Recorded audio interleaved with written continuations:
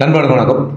இந்த வீடியோவில் ஒரு முக்கியமான விஷயத்தை பத்தி பார்ப்போம். என்ன அப்படின்னு பார்த்தீங்கன்னா, இந்த ட்ரம்ப் பண்ணுற வேலையினால எல்லா இடத்துலையுமே ஒரே பிரச்சனையாக இருக்குது அப்படின்னு பார்க்கப்படுது. இன்னைக்கு மிடில் ஈஸ்ட் அரசியலில் ஒரு மிகப்பெரிய பூகம்பமே வெடிச்சிருக்கு அப்படின்னு பார்க்குறோம். அமெரிக்காவுக்கும் கத்தாருக்கும் இடையிலான உறவில் ஒரு சின்ன மோதல் உருவாயிருக்கு அப்படின்னு பார்க்கப்படுது. ஈரான் மேலே நடக்க இருந்த அட்டாக்கை வந்துட்டு திடீர்னு அமெரிக்கா வந்து நிறுத்திச்சு. சவுதி மற்றும் இந்த யுஏஇ உறவில் வந்துட்டு விரிசல் வந்திருக்கு. அது நமக்கு நல்லாவே தெரியும். இப்போ விஷயம் என்ன அப்படின்னு பார்த்தீங்கன்னா, யுஏஇயோட அதிபர் முகமது பின் சையத் வந்து இந்தியாவுக்கு இன்றைக்கி வந்திருக்காரு. இது இந்தியாவுக்கு கிடைத்த மிகப்பெரிய ஜாக்பாட் அப்படின்னு பார்க்குறோம். வாங்க ஃபுல் டீட்டெயில் வீடியோக்குள்ளே போயிட்டு பார்க்கலாம். சரி, இப்போ நான் விஷயத்துக்கு வரேன். முதல் விஷயம் என்ன அப்படின்னு பார்த்தீங்கன்னா, இந்த மிடில் ஈஸ்டில் இருக்கக்கூடிய அமெரிக்காவுடைய மிகப்பெரிய ஏர்பேஸ் எது அப்படின்னா, அதுதான் அந்த கத்தாரில் இருக்கக்கூடிய அல் உதய் ஏர்பேஸ் அப்படின்னு பார்க்குறோம். இதுதான் அமெரிக்காவோட மொத்த பவரும் இந்த மிடில் ஈஸ்டில் இருக்கிறதுக்கான காரணம் அப்படின்னு பார்க்கப்படுது. பொதுவாகவே வந்து கத்தார் வந்து ஒரு மிக முக்கியமான நாடு இந்த மிடில் ஈஸ்டில். இன்கேஸ் நம்ம இந்த சவுத்துலேருந்து ட்ராவல் பண்ணி வெஸ்ட்டுக்கு போகிறவங்க எல்லாமே வந்து கத்தாரை தாண்டி தான் போவாங்க. பொதுவாக துபாய் இன்டர்நேஷ்னல் ஏர்போர்ட்டை டச் பண்ணுவாங்க. அப்படின்னா கத்தாரில் இருக்கக்கூடிய தோஹா ஏர்போர்ட்டை டச் பண்ணி தான் போவாங்கன்னு பார்க்கப்படுது. அந்தளவுக்கு ஒரு முக்கியமான நாடு. அதாவது மிடில் ஈஸ்டில் இருக்கக்கூடிய இந்த நாடுகளில் அந்த யுஏஇ, சவுதி அரேபியா, கத்தாரு, அதுக்கப்புறம் ஈரான், இந்த 4 நாடுங்க தான் ரொம்ப ஒரு பவர்ஃபுல்லான நாடு. ஏற்கனவே ஈராக் பவர்ஃபுல்லாக இருந்துச்சு ஈரானை விட. பட் இப்போ ஈராக்லாம் காணாமல் போயிடுச்சு அப்படின்னு பார்க்கணும், ஆஃப்டர் இந்த அமெரிக்கா உள்ளே வந்ததுனால. ஸோ இது மாதிரியான ஒரு பவர்ஃபுல்லான நாடு கத்தார் அப்படின்னு பார்க்குறோம். ஆனால் இப்போ கத்தார் அரச குடும்பத்தை சேர்ந்த ஒருத்தர், அதாவது காலித் பின் ஜாமின் அல் தானி அப்படின்னு சொல்லக்கூடிய ஒரு முக்கியமான ஆள் ஒரு அதிரடியான வார்னிங்கை வந்துட்டு அமெரிக்காவுக்கு கொடுத்துருக்காரு. இவர் வந்து கத்தாரோட சர்வதேச வர்த்தகம் மற்றும் வெளியுறவு துறையில் இருக்கக்கூடிய முக்கியமான ஒரு ஆள். இவரோட கருத்துக்கள் வந்து அங்கே பெருசாக மதிப்பாங்க அப்படின்னு பார்க்கப்படுது. அவர் என்ன சொல்கிறார் அப்படின்னா, அமெரிக்கா இந்த பேஸில் வெறும் வாடகை தான் இருக்கிற ஒரு டெனண்ட்டு. நாங்கள் நினச்சோம் அப்படின்னா இந்த பேஸை இடிச்சு தள்ளிடுவோம் அப்படின்ற மாதிரி அவர் ஒரு கடுப்பில் பேசியிருக்காரு அப்படின்னு பார்க்கப்படுது. அப்படி நாங்கள் இதை பண்ணோம் அப்படின்னா அமெரிக்காவோடைய ஒரு கையை வெட்டின மாதிரி இது ஆகிடும் அப்படின்ற மாதிரி அவர் ஓப்பனாக சொல்லியிருக்காரு. அமெரிக்கா ஒரு பக்கம் பார்த்தீங்கன்னா கத்தாரை வந்து நேட்டோ இல்லாத முக்கிய கூட்டாளி, அதாவது இந்த நேட்டோ அலைன்னு சொல்லுவாங்க இல்லையா, அந்த மாதிரி ஒரு நேட்டோ அலை இவங்க அப்படின்ற மாதிரி சொல்லிட்டு இருக்கு. ஆனால் இன்னொரு பக்கம் அமெரிக்கா என்ன சொல்லுதுன்னா, இந்த கத்தார் வந்து ஹமாஸுக்கு வந்து பார்த்தீங்கன்னா சப்போர்ட் பண்ணுது, அவங்க கூட வந்து தொடர்பில் இருக்குது அப்படின்ற மாதிரி சந்தேகப்படுறாங்க. இரட்டை வேடம் போடுது அப்படின்ற மாதிரி கத்தார் மேலே வந்து அவங்க பிரச்சனை பண்ணுறாங்க. ஸோ இதனால் ரொம்ப கடுப்பில் இருக்காங்க இவங்க அப்படின்னு பார்க்கப்படுது. அது மட்டும் இல்லாமல் ஈரான் மீதான தாக்குதல் பயமும் இவங்களுக்கு இருக்குன்னு பார்க்கப்படுது. அதாவது 2025 ஈரானுடைய அணு உலைகள் மீது அமெரிக்கா வந்து குண்டு போட்டுச்சு. இஸ்ரேலும் வந்து 2 பேரும் அடிச்சுட்டாங்க, இஸ்ரேலும் ஈரானும். இந்த பிரச்சனையில் ஈரான் என்ன பண்ணாங்க அப்படின்னா, கத்தாரில் இருக்கக்கூடிய அமெரிக்க பேஸ் மேலே வந்து தாக்குதல் நடத்துனாங்க. அந்த பயம் கத்தாருக்கு இருக்குது, உங்களால் எங்கள் மேலே வந்து அவங்க தாக்குதல் நடத்துகிறாங்க அப்படின்னு சொல்லிட்டு. இந்த 2 விஷயத்தினால கத்தார் வந்து அமெரிக்கா மேலே பயங்கர கடுப்பில் இருக்குது அப்படின்னு பார்க்குறோம். இதுதான் முதல் விஷயம். 2வது விஷயத்தை நான் சொல்கிறேன். கடந்த சில நாட்களாக பார்த்தீங்கன்னா ஈரான் மேலே அமெரிக்கா வந்து எப்போ வேணாலும் மிசைல் போடுவேன் அப்படின்ற மாதிரி பதட்டத்தை உருவாக்கி வச்சுருக்காங்க. ஆனால் ட்ரம்ப் திடீர்னு வந்து இந்த விஷயத்துலேருந்து பின்வாங்கியிருக்காருன்னு சொல்கிறாங்க. இதுக்கு காரணம் என்ன அப்படின்னு கேட்டாக்கா, யாருமே என்னை வந்து சமாதானம்லாம் படுத்தலை, நானாக தான் இந்த முடிவு எடுத்திருக்கேன் அப்படின்ற மாதிரி ட்ரம்ப் சொல்லியிருக்காரு. ஈரானில் வந்து போராட்டக்காரர்கள் நிறைய பேர் அவங்க பிடிச்சிட்டு போனாங்க இல்லையா, அவங்கள 800 பேருக்கு வந்து தூக்கு தண்டனை நிறைவேற்றுறதா வந்து ஈரான் சொல்லியிருந்தது. அதை அவங்க நிறுத்திட்டாங்க அப்படின்றதுனால என் மனசு மாறிடுச்சு, நான் தாக்குதலை இப்போதைக்கு நடத்தலை அப்படின்ற மாதிரி அவர் சொன்னார். ஆனால் கத்தாரோட பயம் என்ன அப்படின்னா, ஈரான் சுப்ரீம் லீடர் வந்து ஒரு மிகப்பெரிய வார்னிங்கை வந்து கொடுத்துருக்காரு. என்ன சொல்லியிருக்காங்க அப்படின்னா, அமெரிக்கா வந்து ஈரானை முழுசாக வந்து விழுங்க பார்க்குது, ட்ரம்ப் வந்து ஒரு கிரிமினல் அப்படின்ற மாதிரி பயங்கரமாக திட்டிருக்காரு. உங்கள் பேஸு மற்ற முஸ்லீம் நாடுகளில் எங்கே இருந்தாலும் நாங்கள் விட மாட்டோம். இந்தியா, சவுதி அரேபியா, துருக்கி கூட மட்டும் தான் நாங்கள் நட்பாக இருப்போம். ஆனால் அமெரிக்கா எங்கே இருக்கோ அதை நாங்கள் விட மாட்டோம் அப்படின்ற மாதிரி ஒரு பெரிய வார்னிங் கொடுத்துருக்காரு. இந்த ஒரு பிரச்சனையும் கத்தாருக்கு, ஏன்னா கண்டிப்பாக கத்தாருக்கிட்ட தான் வந்து மிகப்பெரிய அமெரிக்காவோட பேஸ் இருக்குது அப்படின்னு பார்க்குறோம். ஸோ இந்த மாதிரி மிகப்பெரிய பிரச்சனைகள் இந்த மிடில் ஈஸ்டில் இப்போ போயிட்டுருக்க சுச்சுவேஷனில் இந்தியா, யுஏஇ ரொம்ப நெருக்கமாக வந்துட்டுருக்காங்க அப்படின்னு பார்க்கப்படுது. இது இந்தியாவுக்கு கிடைச்ச மிகப்பெரிய ஜாக்பாட் அப்படின்னு பார்க்குறோம். ஜனவரி 19, அதாவது இன்னைக்கு யுஏஇயோடைய அதிபர் முகமது பின் சயீத் வந்து பார்த்திங்கன்னா இந்தியாவுக்கு வராரு. இந்தியாவுக்கும் யுஏஇக்கும் நடுவில் இப்போது பிஸ்னஸ் வேறு லெவலில் போயிட்டுருக்கு அப்படின்னு பார்க்குறோம். 2025 முதல் பாதியில் மட்டும் பார்த்திங்கன்னா சுமார் $38 பில்லியன், அதாவது 3.2 லட்சம் கோடி பிஸ்னஸ் வந்து இந்தியாவுக்கும் யுஏஇக்கும் நடுவில் நடந்திருக்கு. ரொம்ப முக்கியமான மேட்டர் என்ன அப்படின்னா, இந்திய ரூபாயும் அவங்களுடைய திராவின் தான் நம்ம நேரடியாக பிஸ்னஸ் இப்போ பண்ண ஆரம்பிச்சிருக்கோன்னு பார்க்கப்படுது. இதனால் டாலரோட ஆதிக்கம் வந்துட்டு குறையுது அப்படின்னு பார்க்குறோம். நம்ம ஊரோடைய இந்த யூபிஐ சிஸ்டம் இருக்கு இல்லையா, அது யுஏஇல பக்காவா வேலை செய்யுது அப்படின்னு பார்க்கப்படுது.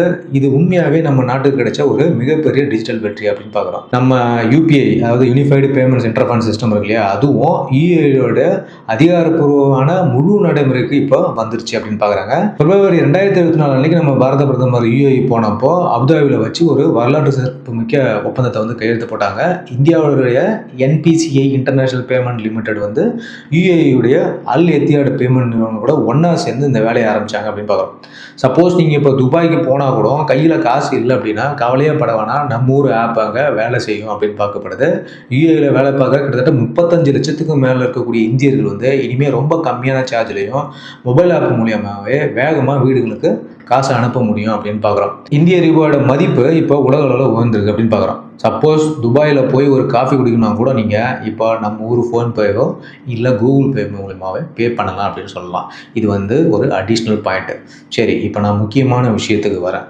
அதாவது சமீபத்தில் இந்த 2025 எண்ட் அப்போ பார்த்தீங்கன்னா பாகிஸ்தான் மற்றும் சவுதி அரேபியா வந்துட்டு ஒரு மிகப்பெரிய பாதுகாப்பு ஒப்பந்தம், இந்த எஸ்எம்டிஏ அப்படின்னு சொல்லக்கூடிய பாதுகாப்பு ஒப்பந்தம் கையெழுத்தாச்சு. இதில் என்ன மெயின் விஷயம் அப்படின்னா, உன் மீது ஏதாவது தாக்குதல் நடத்தினா அது 2 பேரும் மீது நடத்தின தாக்குதல்னு சொல்லி 2 பேரும் சேர்ந்து அந்த நாட்டை அடிப்பாங்க. ஒரு நேட்டோவில் எப்படி இருக்கோ அந்த மாதிரி ஒரு விஷயம் அப்படின்னு பார்க்குறோம். ஸோ இது இந்தியாவுக்கு ஆபத்தா அப்படின்னு கேட்டிங்கன்னா கண்டிப்பாக இந்தியாவுக்கு ஆபத்து. ஏன் அப்படின்னா, இப்போ நம்ம பாகிஸ்தான் மீது எப்படியும் பாகிஸ்தான் இந்தியாவுக்குள்ள ஒரு தீவிரவாத தாக்குதல் நடத்தும், நம்ம திருப்பி அவங்கள அடிக்கிறதுக்கு போவோம். அப்போது இப்போ புதுசாக ஒரு கூட்டாளியான இந்த சவுதியை வந்து நமக்கு உள்ளே வரும் அப்படின்னு பார்க்கப்படுது.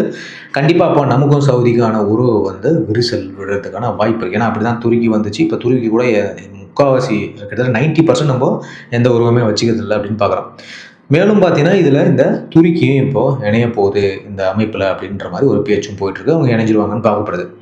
யுஏஇ ஏன் இந்த நேரங்களில் இந்தியாவுக்கு ஒரு துருப்பு சீட்டு அப்படின்னு நீங்கள் பார்த்தீங்கன்னா, மத்திய கிழக்கு நாடுகளில் இந்த சவுதிக்கு ஈடாக இல்லை சில நேரங்களில் சவுதியோட மிஞ்சுற அளவுக்கு வளர்ந்து நிற்கிறது தான் பார்த்தீங்கன்னா இந்த யுஏஇ.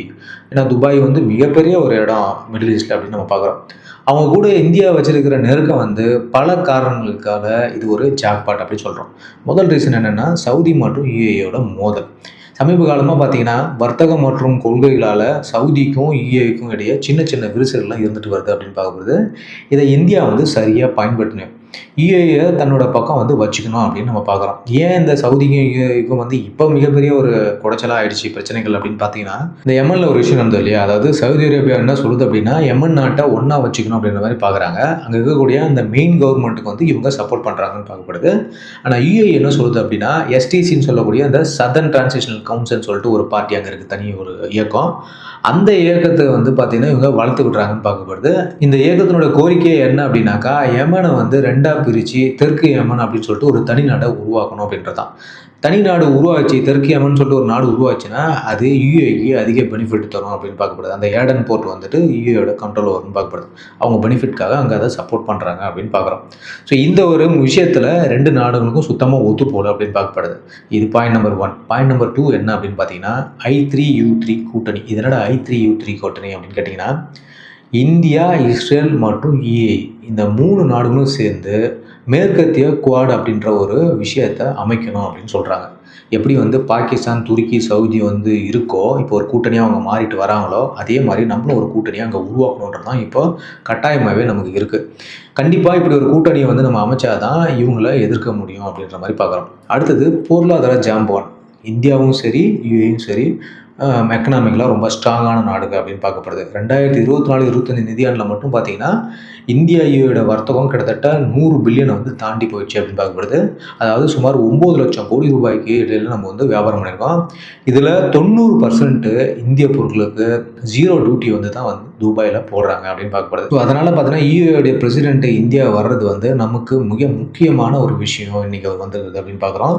ஸோ இவரோட வருகையில் நிறைய விஷயங்கள் டிஸ்கஸ் பண்ணப்பட போகுது அப்படின்னு பார்க்குறாங்க. ஒன்று வந்து இந்த ட்ரம்ப்போட போர்ட் ஆஃப் பீஸ் அப்படின்னு சொல்லக்கூடியது. இது என்ன போர்ட் ஆஃப் பீஸ் அப்படின்னா, இப்போ இந்த காசா பிளானுக்காக ஒரு ஆர்கனைசேஷன் அவங்க அமைக்கிறாங்க, காசா இஸ்ரேல் பீஸ் பிளானில். இதில் வந்து எந்தெந்த நாடுலாம் பங்கேற்கணும் அப்படின்ற மாதிரி ஒரு போர்ட் ஆஃப் மெம்பர்ஸ் வந்து அவங்க வைக்கிறாங்க.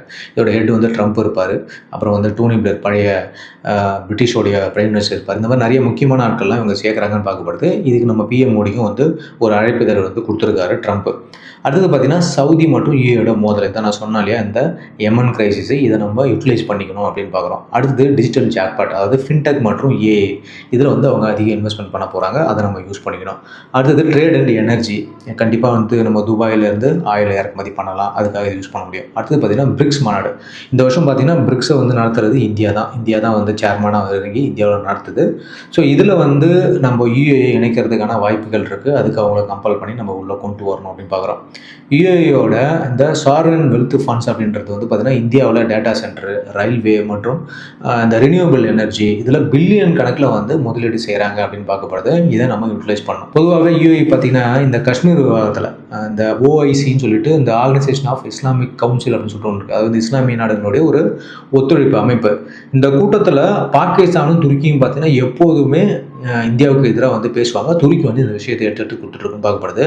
எல்லா நாடுகளும் சம்மதம் தெரிவிக்கும் போது யூஏஇ மட்டும் இந்த விஷயத்தில் எப்போவுமே அமைதியாக இருக்கும் அப்படின்னு பார்க்குறோம். அது மட்டும் இல்லாமல் ஒன்று இந்தியாவுக்கு ஆதரவாக பேசுவாங்க, இல்லைனா அவங்க வந்து நியூட்ரல் ஆகிடுவாங்க அப்படின்னு பார்க்கப்படுது. இந்தியாவுக்கு எதிர்ப்பாக வந்து யூஏஇ இந்த வரை பேசுனதில்லை அப்படின்னு தான் பார்க்கப்படுது. இது நமக்கு மிகப்பெரிய ஒரு டிப்ளமேட்டிக் வெற்றி. இந்தியா மீது யூஏஇ வச்சுள்ள ஒரு நல்ல ஒரு பேர் தான் இது அப்படின்னு பார்க்குறோம். இதை நம்ம யூஸ் பண்ணணும் அப்படின்னு பார்க்குறோம். அடுத்து பாதுகாப்பை பொறுத்த வரைக்கும் பார்த்தீங்கன்னா இந்தியாவில் தேடப்படக்கூடிய குற்றவாளிகள் வந்து நாடு கடத்துறதுல யூஏஇ ரொம்ப உதவியாக இருக்குது. அதாவது துபாயில் போய் இங்கேருந்து ஃப்ராட் பண்ணிட்டு துபாயில் போய் ஒழிஞ்சிக்கிட்டாலோ அல்லது வந்து பாகிஸ்தான்லேருந்து தீவிரவாதிகள் யாராவது போய் அங்கே ஒழிஞ்சிட்டாலோ முதல்ல பிடிச்சி இந்தியாவிட்ட கொடுத்துருவாங்க அவங்கன்னு பார்க்கப்படுது. எப்படி லண்டனில் போய் எவனா ஒருத்தன் ஒழிஞ்சிட்டானா நம்மளால் மீட்டு வர்றதுலாம் ரொம்ப கஷ்டமாக இருக்கும். அது மாதிரிலாம் துபாயில் கிடையாது. இந்தியா ஒரு ரிக்வஸ்ட்டை கொடுத்தோன்னா அடுத்த நிமிஷம் பிடிச்சி கையில் கொடுத்துருவாங்க அப்படின்னு பார்க்கப்படுது. இது பாகிஸ்தானுக்கு ஒரு மறைமுக செக் வைக்கிற மாதிரியான விஷயம் அப்படின்னு பார்க்குறோம். அதே மாதிரி எரிசக்தியை பொறுத்த வரைக்கும், அதாவது அந்த ஆயில் வாங்குறோம் இல்லையா, இதை பொறுத்த வரைக்கும் நம்ம சவுதியை மட்டும் நம்பி பெருசாக இல்லாமல் கச்சா எண்ணெய்க்காக இந்த யூஏஇ பக்கமும் நம்ம அதிகமாக போகணும் அப்படின்னு பார்க்கப்படுது. எல்என்ஜி ப்ரொடக்ஷனில் யூஏஇ வந்து நல்லா தான் இருக்குது.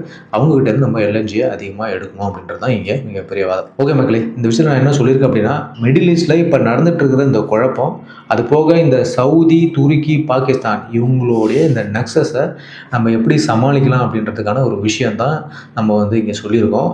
இன்றைக்கி நம்ம நாட்டுக்கு வந்திருக்கக்கூடிய இந்த யூஏஇயோட பிரசிடென்ட்டுக்கிட்ட நம்ம நாட்டு பிரதமர் இது மாதிரியான விஷயங்களை கொண்டு போய் சேர்த்து, ஒருவேளை இஸ்ரேல், இந்தியா, யூஏஇ இவங்க 3 பேரும் சேர்ந்து குவாட் மாதிரி ஒரு அமைப்பை கொண்டு வந்தாங்கன்னா கண்டிப்பாக மிடில் ஈஸ்டில் நம்மளுடைய ஆதிக்கம் வந்து பயங்கரமாக இருக்கும் அப்படின்னு பார்க்கப்படுது.